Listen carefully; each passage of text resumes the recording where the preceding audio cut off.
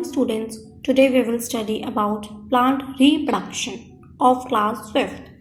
So what is plant reproduction? Plant means पौधे and reproductions means प्रजनन. Means plant reproduction. So what is plant reproduction? पौधों में प्रजनन. जो पौधों में प्रजनन कैसे होता है? In this chapter we will learn about reproductions in plants. पौधों में प्रजनन कैसे होता है? Growing plants from seeds. जबकि प्लांट्स होते हैं वो सीड से कैसे डेवलप होते हैं. इट मीन्स दैट सबसे पहले हम क्या करेंगे, सीड्स को बड़ा करेंगे ना, बड़ी करेंगे किस में, सॉइल में. तो वो किस में कन्वर्ट होगा, प्लांट्स में होगा. Growing plants from stem, fruits and leaves. और प्लांट्स को कैसे ग्रो अप करते हैं, with the help of stems, with the help of a root और with the help of a leaves. And the next one is seed dispersal. जो आपके seeds होते हैं वो कैसे डिस्पर्स होते हैं, through the various ways. Okay, so as you well know that हम अपने चारों तरफ, यानी आज हम पौधों के पैदा होने के बारे में पढ़ेंगे, यानी कि प्लांट्स होते हैं जो वो कैसे पैदा होते हैं या प्रोड्यूस होते हैं. हम अपने आसपास बहुत सारे पौधे देखते हैं ना बेटा. कहाँ कहाँ देखते हैं हम, गार्डन्स पे देखते हैं, खेतों में देखते हैं, जंगलों में देखते हैं. आप क्या देखते हो वहाँ, पौधे देखते हैं. और जो पौधे होते हैं उनमें क्या दिखाई देते हैं आपको, फल और फूल दिखाई देते हैं. सो reproduction is defined as a process by which an organism, whether a plant or an animal, produces new individuals. So what does it mean? That प्रजनन एक ऐसी प्रक्रिया है. reproduction means क्या होता है, प्रजनन. प्रजनन एक ऐसी प्रक्रिया है के रूप में इसको परिभाषित किया जाता है जिसके द्वारा एक जीव, चाहे अब वो जीव क्या हो सकता है, या तो एक पौधा हो सकता है, या जानवर, या फिर नए व्यक्ति. ठीक है, प्रजनन को एक ऐसी प्रक्रिया के रूप में परिभाषित किया जाता है जिसके द्वारा एक जीव, चाहे एक पौधा या फिर एक जानवर, नए व्यक्तियों को पैदा करता है. सो all of you understand that प्रजनन क्या है. प्रजनन एक ऐसी प्रक्रिया है, उसे इस रूप में डिफाइन किया गया है जिससे वो क्या करेगा, एक ऑर्गेनिज्म यानी एक जीव, या फिर वो ऑर्गेनिज्म क्या हो सकता है, एक प्लांट हो सकता है या फिर एनिमल, वो क्या करेगा, प्रोड्यूस करेगा अपने जैसा न्यू इंडिविजुअल, यानी नया individual. In most of the plants they make new plants. In most of the plants they make new plants. ठीक है, अधिकांश पौधों में वे नए पौधे बनाते हैं. जो अधिकांश जो पौधे होते हैं वो क्या बनाते हैं, नए पौधे बनाते हैं. किसके द्वारा, अपने बीजों द्वारा. जो पौधे होते हैं वो किसके द्वारा बनाते हैं, नए पौधे अपने बीजों द्वारा. In this chapter we will also explore the ways of producing new plants from different parts of a plant. In this chapter यानी इस चैप्टर में हम क्या पढ़ेंगे, इस अध्याय में हम प्लांट्स के विभिन्न भागों में नए पौधों के उत्पादन के तरीकों का पता लगाएंगे. यानी इस चैप्टर में हम ये पता करेंगे कि हम जो न्यू प्लांट्स प्रोड्यूस करते हैं वो कैसे करते हैं, जो डिफरेंट पार्ट्स होते हैं उसके, उन्हें कैसे करते हैं, उनके तरीकों का हम पता लगाएंगे कि जो विभिन्न भाग होते हैं उनसे हम नए पौधे कैसे प्रोड्यूस करते हैं. अब है आपका नेक्स्ट, रिप्रोडक्शन इन प्लांट्स. यानी रिप्रोडक्शन मीन्स क्या हो गया, प्रजनन. और इन प्लांट्स, पौधे यानी पौधों में प्रजनन. जो पौधों में प्रजनन कैसे होता है. Most of the plant beer flowers. आपने देखा है कि जो अधिकांश जो पौधे होते हैं वो क्या करते हैं, फूल धारण करते हैं. यानी जो अधिकांश पौधे होते हैं हमारे, आपने देखा प्लांट्स होते हैं उनमें क्या लगते हैं, फूल लगते हैं. These flowers develop into seeds. और वही फ्लावर्स यानी जो फूल है वो किस में कन्वर्ट हो जाते हैं, सीड्स में, यानी बीज में कन्वर्ट होते हैं. These seeds can give rise to a new plant of the same type as of the parental plant. ये बीज उसी प्रकार के नए पौधों को जन्म दे सकते हैं, यानी जैसे पैट्रिक पौधे होते हैं. इट मीन्स वो बीज जैसे, यानी कि जो ये बीज हैं, ये फूल हैं, ये बीज उसी प्रकार के नए पौधों को जन्म देंगे. इट मीन्स जब आपका मैंगो है वो मैंगो ट्री है, तो जब उसके जो फ्रूट्स गिरेंगे, ठीक है, तो वो क्या होगा, वो मैंगो ट्री में ही कन्वर्ट होंगे. यानी अपने जैसे, जैसा पेरेंट प्लांट है वो उसी में कन्वर्ट होंगे, उसके जैसे ही रहेंगे, identical as of that parent plant. So once the flowers bloom, their petals dry and fall off and the flowers turn into small fruits. आपने देखा है कि जब एक बार जब फूल खिलते हैं तो जो उनकी पंखुड़ियाँ होती है, पेटल्स मीन्स क्या होता है, पंखुड़ियाँ. जब एक बार जब फूल खिलते हैं तो उनकी जो पंखुड़ियाँ होती हैं वो सूख जाती हैं यानी और गिर जाती हैं, ठीक है। And the flowers turns into small fruits, और जो फूल होते हैं वो किस में कन्वर्ट हो जाते हैं, छोटे छोटे फलों में कन्वर्ट हो जाते हैं, यानी फलों में बदल जाते हैं। These fruits grow big in size. They may have a seed or many seed inside them. ये फल कैसे होते हैं, आकार में बड़े होते हैं, उनके अंदर या तो एक बीज होगा या फिर बहुत सारे बीज होते हैं। यानी जो फ्रूट्स होते हैं वो कैसे होते हैं, बड़े होते हैं साइज में, उनके अंदर या तो एक बीज होगा या फिर बहुत सारे बीज होंगे।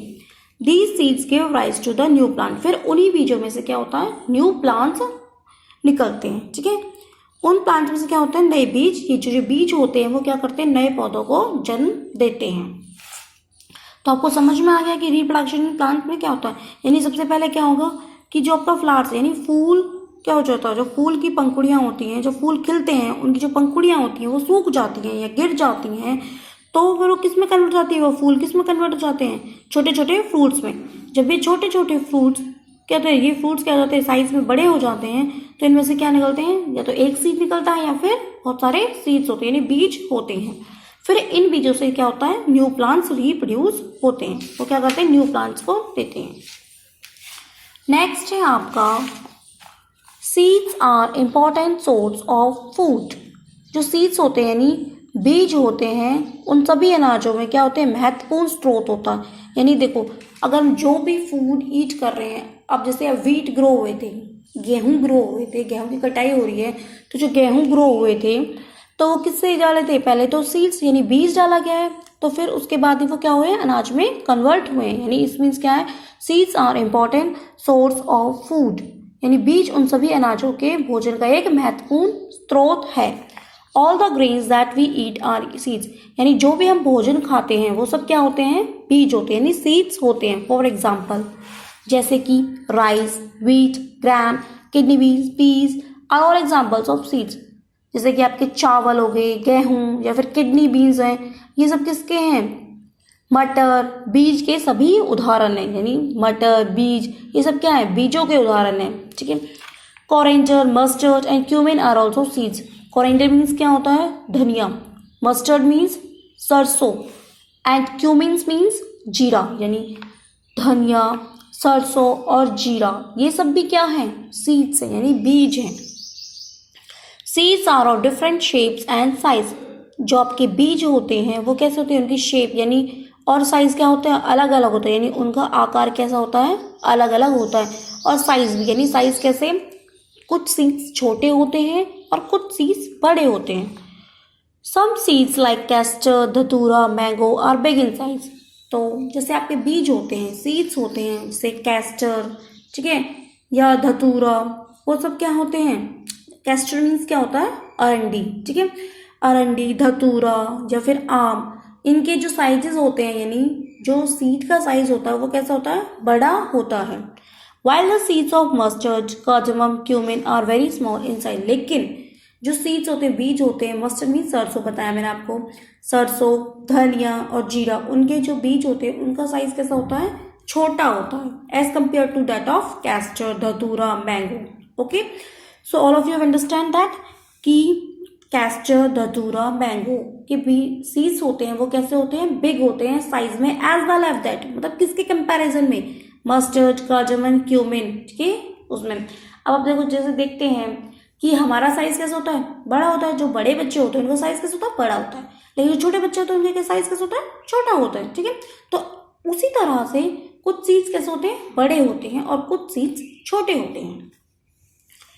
नेक्स्ट है आपका ग्रोइंग प्लांट्स फ्रॉम सीड्स। अब आपने ये तो पढ़ लिया कि रिप्रोडक्शन क्या होता है, मतलब प्लांट में से रिप्रोडक्शन क्या होता है प्लांट्स फ्रॉम, ठीक है। अब हम पढ़ेंगे ग्रोइंग प्लांट्स फ्रॉम सीड्स, यानी जो बीज होते हैं उनसे हम पौधे, बीजों से पौधे कैसे उगते हैं। अब आपने देखिए बीज है, उनसे पौधे उगाते हैं, ठीक है, बीजों से पौधे कैसे उगाते हैं। प्लांट्स प्रोड्यूस मैनी सीड्स, पौधे जो होते हैं वो कई बीज पैदा करते हैं, जो आपके पौधे होते हैं वो कई बीज पैदा करते हैं। But not all the seeds grow into new plant, लेकिन जो सारे सीड्स होते हैं यानी सारे बीज होते हैं वो नए पौधों में कन्वर्ट नहीं होते, यानी जो सारे सीड्स होते हैं, बीज होते हैं, वो न्यू प्लांट्स में कन्वर्ट नहीं होते। क्यों नहीं होते बेटा, seeds require favourable conditions to grow into new plants, यानी जो बीज होते हैं उन्हें नए पौधों में विकसित होने के लिए अनुकूल परिस्थितियों की आवश्यकता होती है।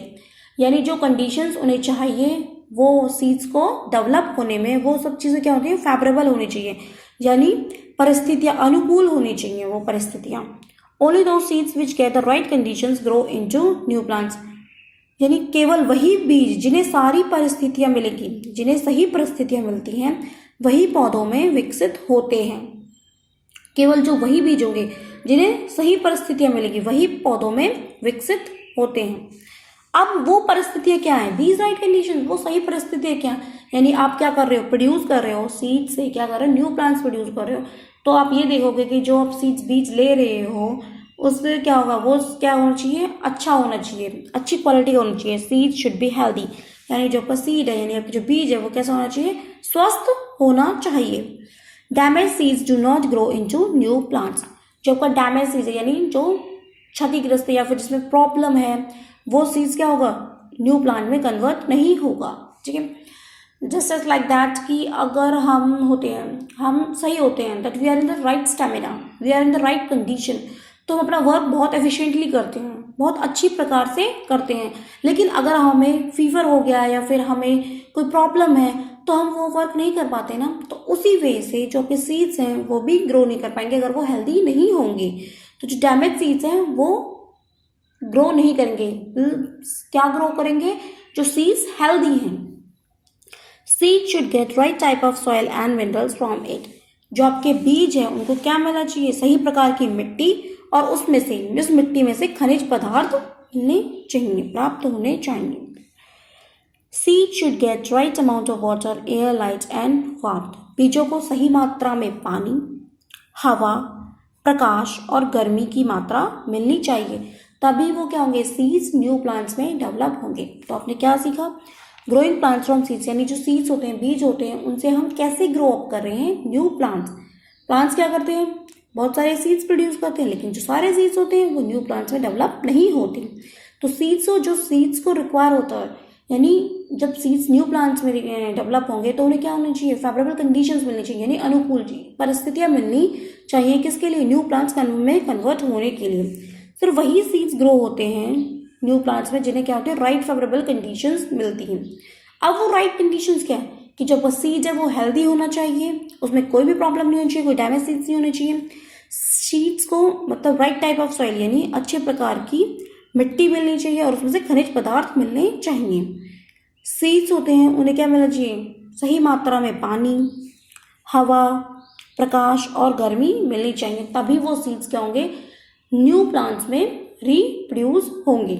सो बेटा यू हैव टू, जितना मैंने आपको समझाया आपको वो रिवाइज करना है और वो अच्छी प्रकार से, बहुत अच्छे से समझना है। ओके।